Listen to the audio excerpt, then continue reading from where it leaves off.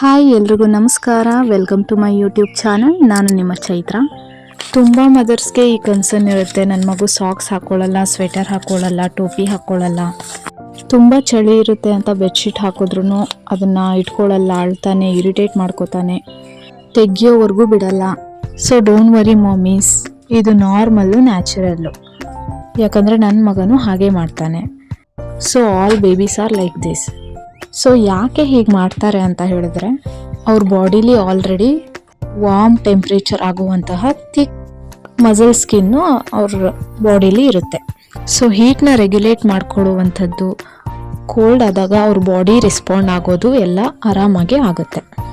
So extra ನಾವು ಇದನ್ನೆಲ್ಲ ಹಾಕಿದಾಗ ಅವರಿಗೆ ತುಂಬ ಹೀಟ್ ಆಗುತ್ತೆ ಮತ್ತು ಅವ್ರಿಗೆ ಡಿಸ್ಕಂಫರ್ಟ್ ಆಗೋಕ್ಕೆ ಸ್ಟಾರ್ಟ್ ಆಗುತ್ತೆ ಮತ್ತು ಬೆವರಕ್ಕೆ ಸ್ಟಾರ್ಟ್ ಮಾಡ್ತಾರೆ ಜಾಸ್ತಿ. ಸೊ ಅವ್ರ ಬಾಡಿಲಿ ಆಲ್ರೆಡಿ ಆ ಮೆಕ್ಯಾನಿಸಮ್ ಇರೋದ್ರಿಂದ ಎಕ್ಸ್ಟ್ರಾ ಕವರಿಂಗು, ಎಕ್ಸ್ಟ್ರಾ ಲೇಯರ್ಸು ಏನೂ ಬೇಕಾಗಿರಲ್ಲ. ಸೊ ಅವ್ರು ಹಾಕೊಳ್ಳಲ್ಲ ಅಂದಾಗ, ತುಂಬ ಎಕ್ಸ್ಟ್ರೀಮ್ ಕೋಲ್ಡ್ ಇದ್ದಾಗ ನೀವು ಟೋಪಿ ಹಾಕ್ಬೋದು. ಇದು ಜಸ್ಟು ಪ್ರೊಟೆಕ್ಟು, ಅವರಿಗೆ ಮತ್ತೆ ಜಾಸ್ತಿ ಕೋಲ್ಡ್ ಆಗಬಾರ್ದು ಅಂತ. ಬಟ್ ಮನೇಲಿದ್ದಾಗ ನಾರ್ಮಲ್ ರೂಮ್ ಟೆಂಪ್ರೇಚರ್ ಇರುತ್ತೆ. ಸೊ ರೂಮು ಬೆಚ್ಚಗೆ ಇರುತ್ತೆ, ತುಂಬ ಕೋಲ್ಡು ಥಂಡಿ ಏನೂ ಇರೋದಿಲ್ಲ.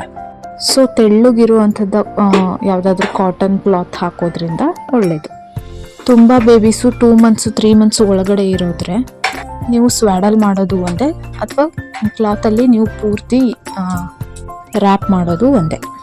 ಸೊ ಅದಕ್ಕಿಂತ 4 ಮಂತ್ಸ್ ಬೇಬಿ ಆದವರಾಗಿದ್ದರೆ ಸ್ವಲ್ಪ ತೆಳ್ಳಗಿರುವಂಥ ಕ್ಲಾತ್ನ ಕವರ್ ಮಾಡಿದ್ರೆ ಸಾಕು. ಇಲ್ಲ ಅದನ್ನು ಹಾಕಿಲ್ಲ ಅಂದ್ರೂ ಸಾಕಾಗುತ್ತೆ.